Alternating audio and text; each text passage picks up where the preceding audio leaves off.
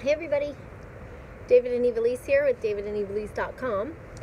Life on the road.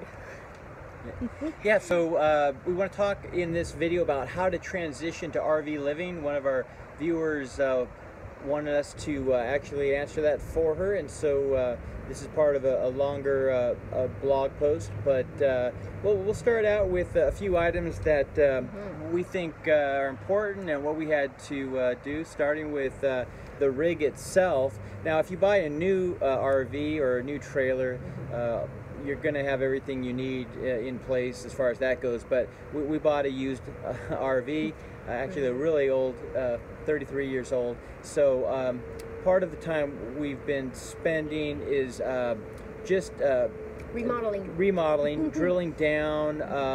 You know, for example, we even had dually valve extenders put on our back tires the other day at Discount Tire, because it'll be easier going forward to inflate the interior back tires. Yeah. But even if you have a new rig, you're going to need a few things on the outside and to prep, kind of like the dual extenders may not come with it, or an inline filter for your water. You may want that. Another item we got the other day was a regulator, because if you're hooked up to city water, you never know how much pressure there is. You never know how much pressure, and if it's more than 50 pounds, you could damage the pipes, water pipes inside your RV. So you want to have that regulator there to reduce any excessive water pressure. So just a few things.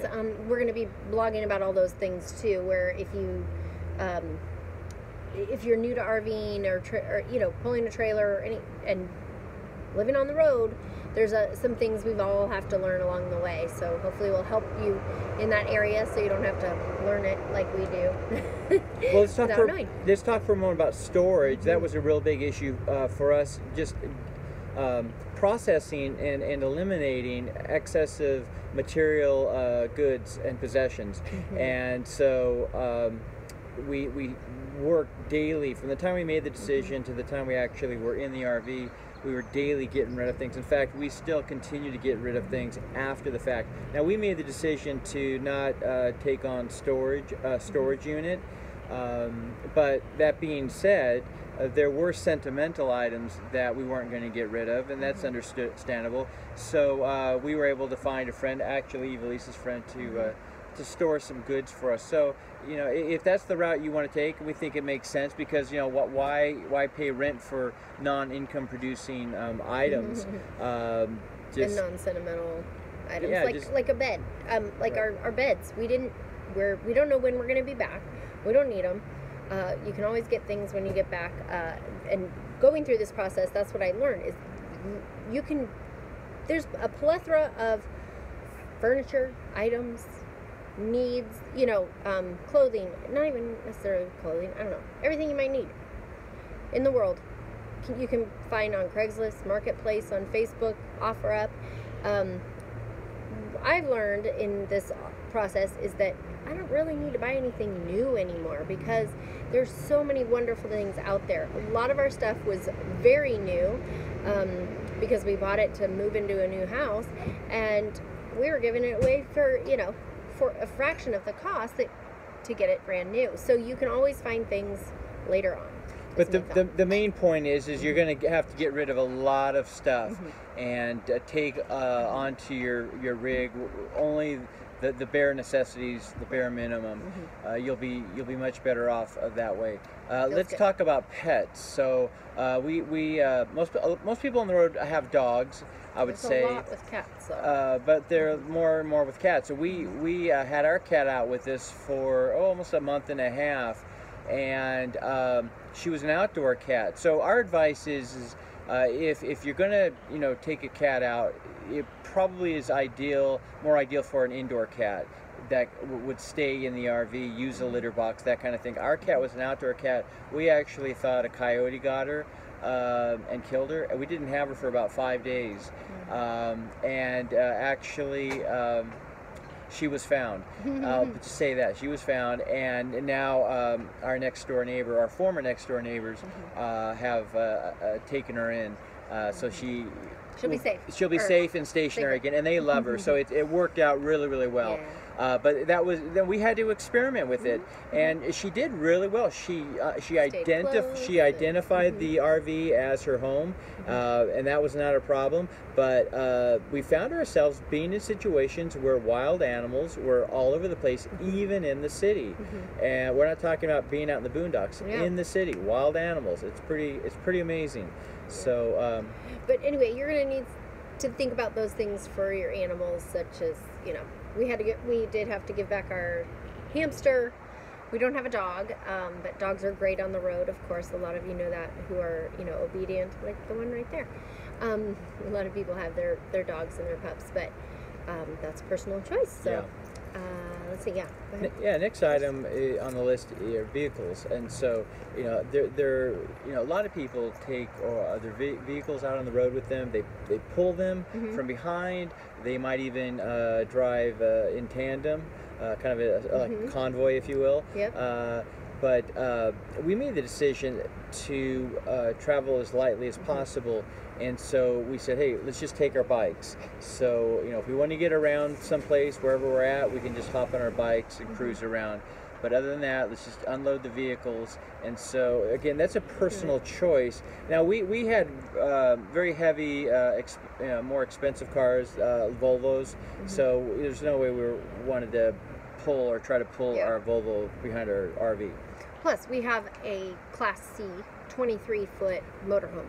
So 23 feet, we can park in the grocery store parking lot. We can pull into many, many places where we won't need to always have a car to get through. You know, it's not a fifth wheel.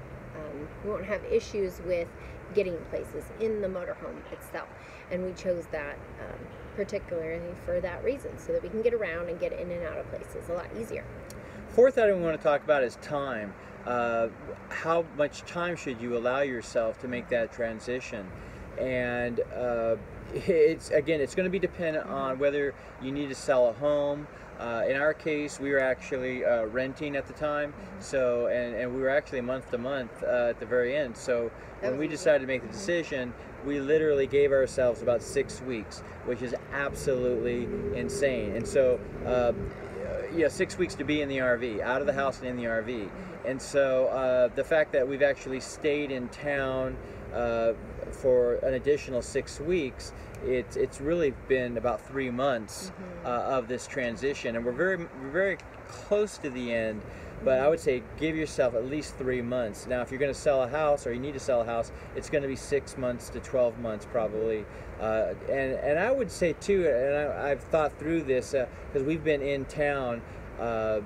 It's probably more ideal to put yourself in a position where when you make that transition, you go into the RV and you're able to start moving out of town and getting on the road, if that's your goal. That's our goal, but be able to do that right away, as opposed to having to linger in town. And that's kind of where we're at, and so it gets kind of weird at times. Well, and that's mainly because we had to stay, and then we had some issues with the RV, so we had to take care of them, and so that was a blessing that we were still here.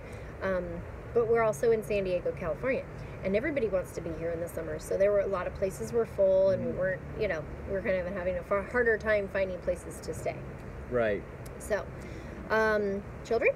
Yeah, so let's talk about children. Most people, I would say, predominantly are just married couple. A lot of them are retired, although not all of them are retired. A lot of people in the RV parks are actually still working, but they're stationary. They're not moving around the country. Or working online like us. Or working online like us.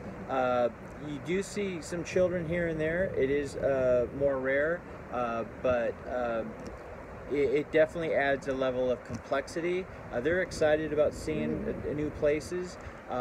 That being said, it adds a different level of complexity. Obviously, more water is used, more food is consumed. There's less space on the RV because you got 5 bodies, not just 2. And so. But like we said in another video, is you're outside more. You're forced to be outside more, and so there's a lot of benefits to taking your children on the road. we're homeschooling, or road schooling as you call it now, and a lot of families are doing that now to give the children that experience, to help them learn all of the things that they can learn just by being minimalist and getting out there in the world and seeing their country. Right, and so the caveat is this: it's by no means an easy transition. I mean, to the extent that you can plan things out and give yourself more time, I think it'll be less stressful and in a more joyous experience. Because for us, literally 46 days from the time we made the decision to the time we were out of the house, it created a lot of stress, and it created a lot of stress. Well, and we were doing everything so compact that it was like our days were full of just dealing with all of this instead of, you know, hanging out at the beach with our children or going to the park and things like that. So, so those were our main areas in which we thought you need to think about before you make your decision, or as you're making your decision, and as you're preparing. And so there are obviously more issues other than the ones that we've raised, but if you have any additional questions, by all means go ahead and drop a comment below, and we'll be sure and respond, and we look forward to hearing from you. Yep. Take care and happy travels. Bye.